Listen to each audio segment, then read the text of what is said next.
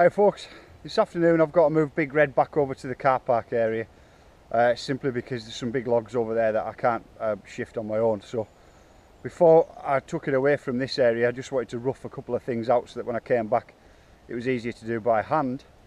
I'll give you a look at what's going on. So we're this is the unnamed track that as well, it's going to be named by one of the Wall of Famers, but comes into, as we get through this rooty section, comes into a step down kicker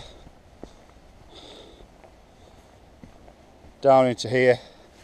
Now these are the changes that I made. I was going to put a set of whoops in, but you know what, let's make it a bit more fun and interesting. There's now a small gap, so I've just roughed out a shape.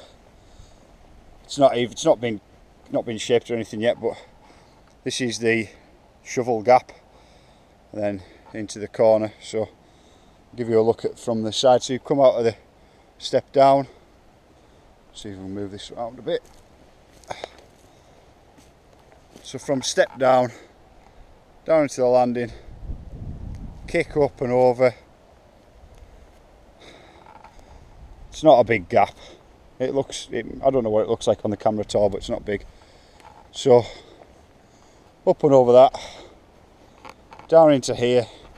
Need to bolster something in for a berm to help you, but we'll do that by hand. Extend this booter over the roots, and then down and into the corner and round. Now the part about from here on down, I already liked that part. I knew what I wanted to do with that part, and it was this top section. It seemed crazy to start a track from down here, and it was this top section that I didn't like, so I just thought it was a bit boring. So you know, I had to do a bit of thinking and see how the natural part of the land went, and I suppose the step down there was the correct place for a bit of a kick up. You'll just be able to use the compression to take you out of here. Let's get you a bit closer up to it. So I'm thinking about, in this area, compress down in, up, boot over and round. Now for my mind, as I say, this top section was a bit boring, so now at least it's got something about it. And the place is called GNAR Bike Park, and GNAR, the definition of GNAR is, I believe, firmly inside the rider. So whereas, you know, I suppose I haven't particularly built this track for me, because that's probably not enough of a gap to get rowdy on, or the step down isn't that big either. But it's not about building stuff for me.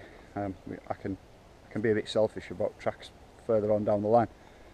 So you know, somewhere like this is, I don't even know feet wise what that is, maybe about 6 foot.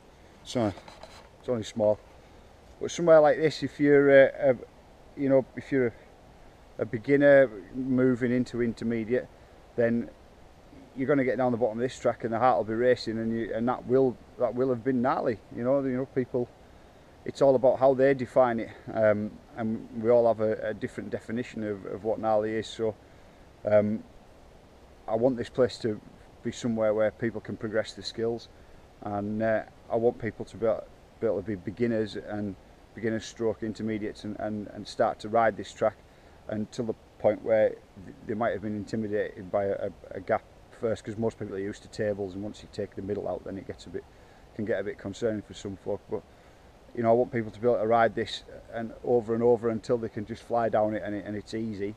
And then, you know, you've got better. Your definition of GNAR then steps up that notch, and you need something a little bit rowdier to get the blood pumping. So you know, we're going to have those tracks as well, and you can keep going and keep going. So that's the idea.